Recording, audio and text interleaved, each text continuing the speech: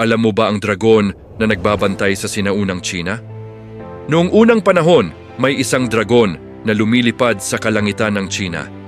Pinaniniwalaang ito ay tagapagbantay ng emperador, nagbibigay ng swerte sa mga matapang at nagtatanggol sa kaharian mula sa panganib.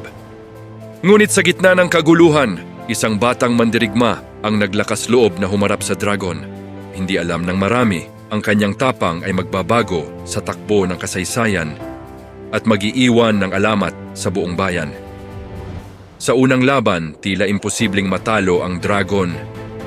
Ngunit sa puso ng batang mandirigma, nagningning ang tunay na tapang.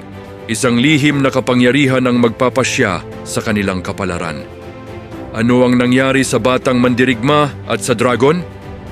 Manatiling nakatutok sa susunod na episode ng Alamat ng Mundo at huwag kalimutang i-follow ang aming page para sa higit pang epic na kwento.